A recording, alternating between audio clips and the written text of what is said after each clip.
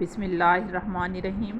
ظفر Iqbal Urdu academy interview سوالات آرائش محفل کے نام سے 2 کتابیں ہیں، دونوں کا تعارف کروائیں۔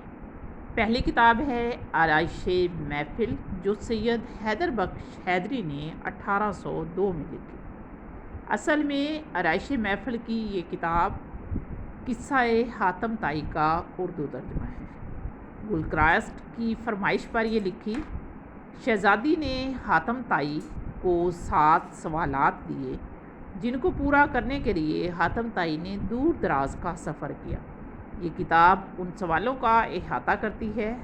سوالات میں یہ سوال شامل تھے: ایک بار دیکھا ہے، دوسری دفعہ کی ہوس ہے، نیکی کر اور دریا میں ڈال، کسی سے بدی نہ کر، اگر کرے گا تو وہی پائے گا، سچ کہنے والے کو ہمیشہ راحت ہے، کوہ ندا کی خبر لاوے، وہ موتی جو مرغابی کے انڈے کے برابر بالفعل موجود ہے اس کی جوڑی پیدا کرے، امام بات گرد کی خبر لائے۔ یعنی آرائش محفل جو حیدر بخش حیدری نے لکھی دراصل قصہ ہے اور 1802 میں یہ شائع ہوئی۔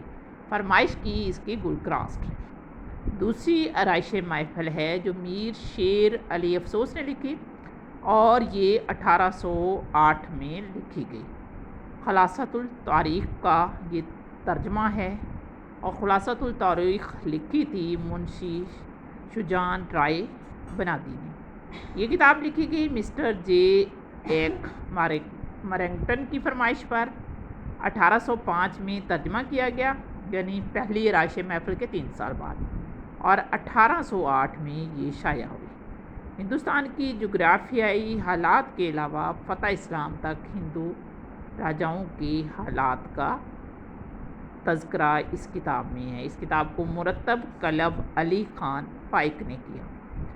آرائش محفل میر شیر علی افسوس خلاصۃ التاریخ کا ترجمہ ہے اور آرائش محفل 1802 سید حیدر بخش حیدری کی قصہ حاتم طائی ہے۔